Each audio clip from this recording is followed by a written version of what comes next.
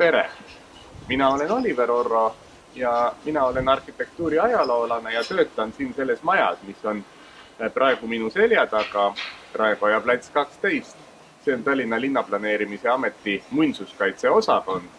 Varem on ta ka Tallinna Kultuuriväärtuste Ameti nime kandnud ja veel varem, siis nõukogude ajal, olnud Tallinna arhitektuurimälestiste kaitse inspektsioon.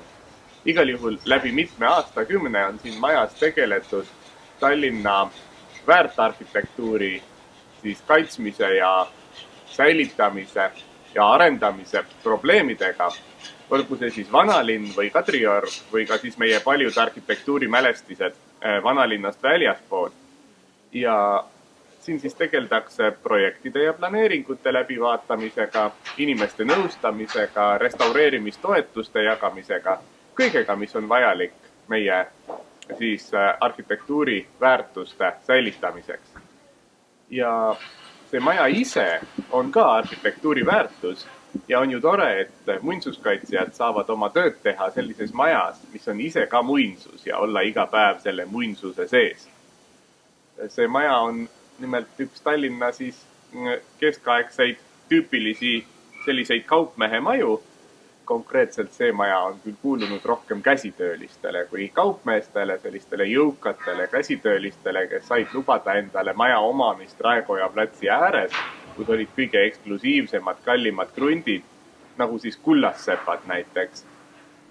Siis mitmele kullassepale on ajaloos see maja ka kuulunud.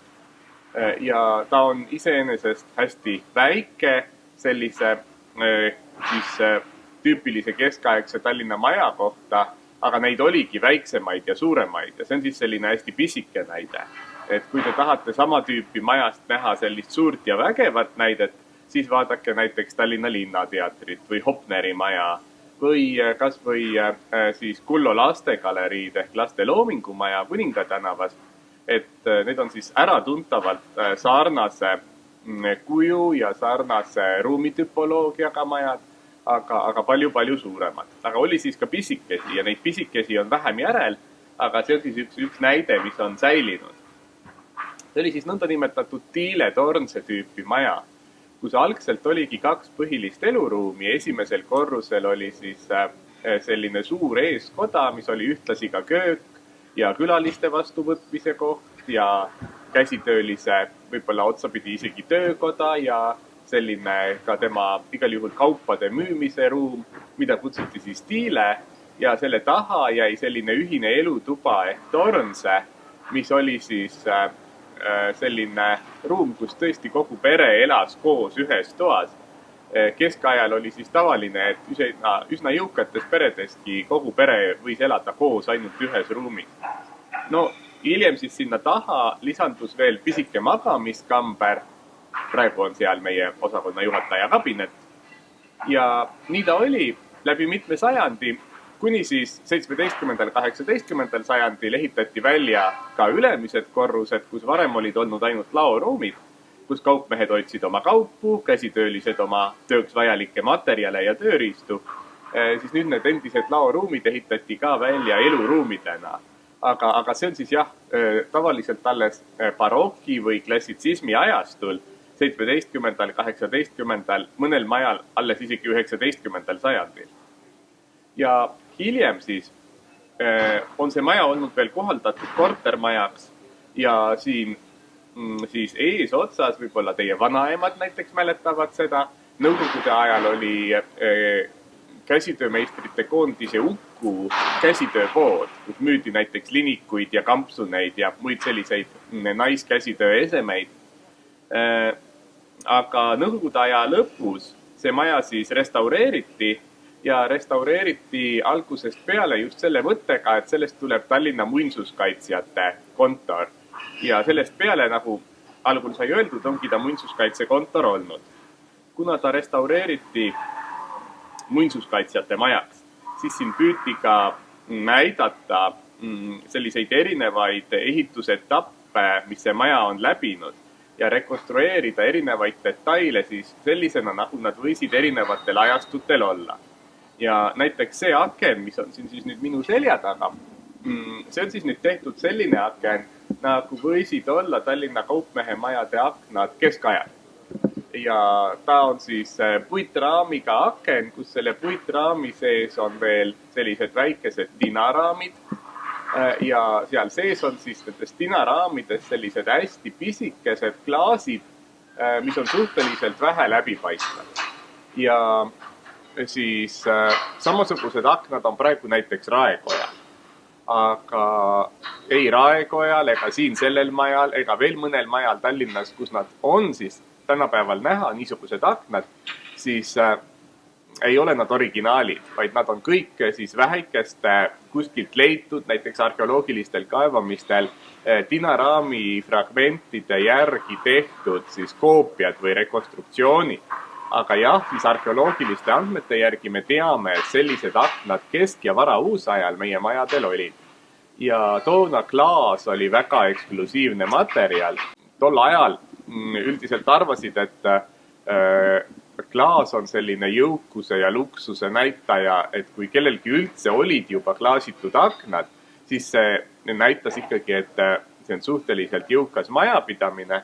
Et tegelikult vaestel inimestel tihti olid üldse ainult mingisugused luugid valguse sisse laskmiseks või käis akna ette pärgament või seapõis.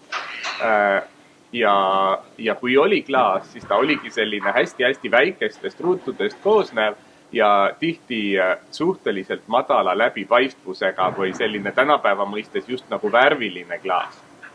Nüüd tehnoloogia muidugi kiiresti arenes edasi ja 17. 18. sajandil klaas enam midagi nii erilist ja eksklusiivset ei olnud. Ja need aknad, mis on siis nüüd siin majal ülejäänud aknad, ülevalpool näiteks, need on siis sellised tüüpilised barokiajastu aknad. Näiteks 18. sajandi aknad on niisugused. Nad on ka suhteliselt väikeste ruutudega, aga ikkagi suurema ruuduga kui need varasemad aknad. Nad on puitraamides, prossipulkadega, seal ei ole enam seda tinaraami sees. Ja siin on need raamid sellised kummalised roosad. Ja me ei tea, kas sellel majal on kunagi sellist värvi aknad olnud. Aga on üldiselt teada, et barokiajastul aknad ja uksed võisidki olla üsna värvilised. Siis erinevalt näiteks hilisemast klassitsismi perioodist, kui aknad olid tavaliselt valged.